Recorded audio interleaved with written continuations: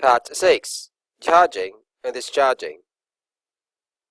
Charging is the process when an object carries more and more charges, while discharging is the process when a charged object carries less and less charges. A gold-leaf electroscope may detect charges. The metal cap is connected to the metal support and the gold leaf. When a charged object touches the metal cap and shares its charges with the cap and gold leaf, the gold leaf becomes charged. It deflects due to repulsion with the metal support. The deflection increases with the amount of charges shared.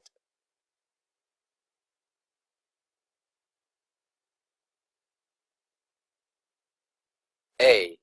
Charging by friction. When two objects is rubbed against each other, electrons may move from one object to another. The two objects become charged.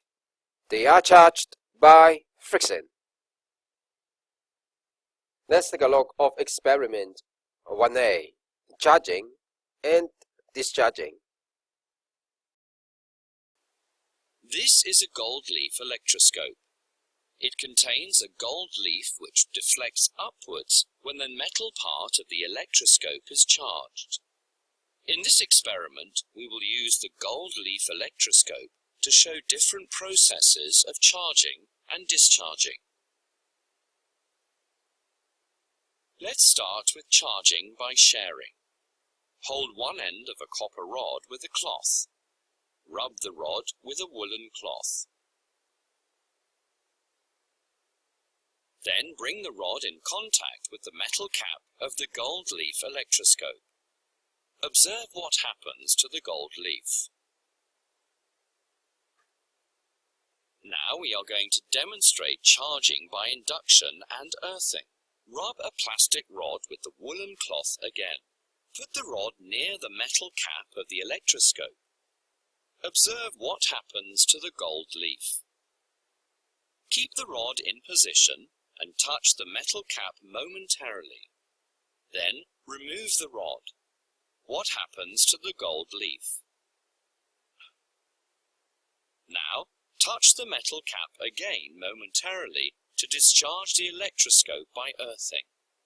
What happens to the gold leaf? In the experiment, we have to earth the metal cap by touching it with our fingers. We have done it 2 times, but then the results are not the same. Why? And what is earthing? B. Charging by sharing. Sharing is a simple method of charging. When a charged object touches the metal cap of a gold leaf electroscope, charges are shared. So, 2 insulated conductors in contact will carry similar charge, not necessarily the same charge, as same means equal in magnitude as well. A larger object usually shares a larger fraction of charge.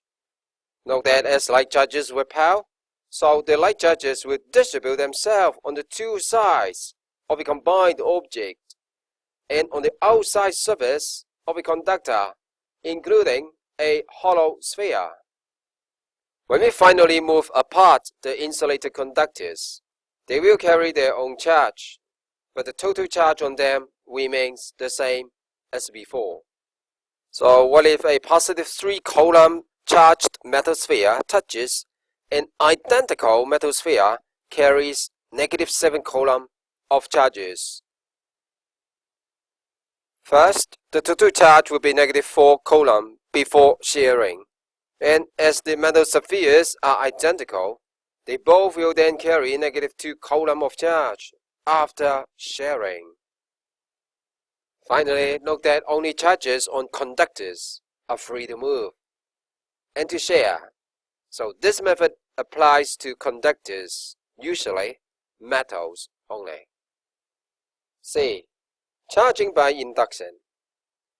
This is a charging method without touching. Remember on page 6 and 7 when we discuss how a charged rod may attract a scrap of paper or a piece of aluminum foil, induced charges are produced. When a positively charged rod is placed nearby, but not touching, two touched metal spheres, as shown here in figure 1.1f, the electrons are attracted towards the rod and leave the positive charges on the other side. We may then move the spheres apart to separate the induced charges. The two separate spheres becomes oppositely charged. Such a method of charging without contact is called charging by induction. In this example, charging by induction is completed by separation of conductors. In some other cases, you will see charging by induction is completed by earthing. In example 2, the two metal trophies are charged by induction. The trophies have insulated stand and metal bodies. First of all, we have to move the trophies so that they touch each other. When a charged balloon is brought nearby, there will be induced charges. And when the trophies are separated, the left becomes positively charged and the right becomes negatively charged. D. Earthing. Earthing is a special case of sharing charges, as a larger conductor may share a larger fraction of charge. The Earth, which is the largest conductor on Earth, will effectively share all the charges of a charged object when there is no other charged object nearby. To earth a charged object, just touch it momentarily. Our body is already a good conductor to connect the charged object and the earth. When we touch a negatively charged conductor, the extra electrons of the conductor will flow to the earth through our body. If we touch a positively charged metal sphere, then electrons from the earth will flow to the metal sphere through our body, so that in both cases, the spheres become neutral. You should note that earthing does not always make charged objects neutral. If there is a negatively charged rod nearby, just like in this picture, although the rod does not touch the neutral metal sphere, an earthed object will then become positively charged finally. The following pictures illustrate the idea. First, there is a neutral metal sphere. When a negatively charged rod is brought close, induced charges are produced as shown. Then we may touch the metal sphere momentarily to earth it. The induced positive charges are helped by the negatively charged rod, while the negative charges are repelled. So the negative charges flow through our body to the earth. When our fingers are removed, the sphere becomes positively charged. When the negatively charged rod is now removed, the positive charges redistribute themselves on the sphere surface. So the neutral metal sphere is charged first by induction, followed by earthing. Imagine what happens if the metal rod is removed first before the finger leaves the metal sphere.